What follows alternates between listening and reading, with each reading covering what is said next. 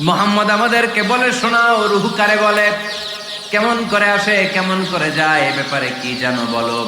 2 number প্রশ্ন, মানহুম আসহাবুল কাহাফ, আসহাবে কাহাফ সম্পর্কে কি জানো। 3 নাম্বার প্রশ্ন, মান হুয়া যুলকারনাইন, যুলকারনাইন বাদশা সম্পর্কে কি জানো। আল্লাহর হাবিব সাল্লাল্লাহু আলাইহি ওয়াসাল্লাম বললেন গাদান উজিবুকুম, আগামীকাল বলে দেব। কি বললেন? সবাই বলেন উত্তরে কি বললেন? আগামীকাল বলে দেব।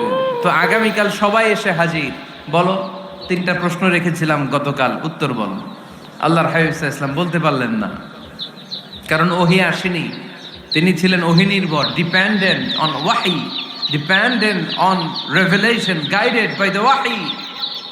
তিনি এর পরের দিনে বললেন গাদান উজিবুকুম, আগামীকাল বলবো। এর পরের দিনে এরা এসে হাজির, উত্তর নাই। আল্লাহর হাবিব সাল্লাল্লাহু আলাইহি ওয়াসাল্লাম আবারও বললেন গাদান উজিবুকুম, আগামীকাল বলবো। এরপরে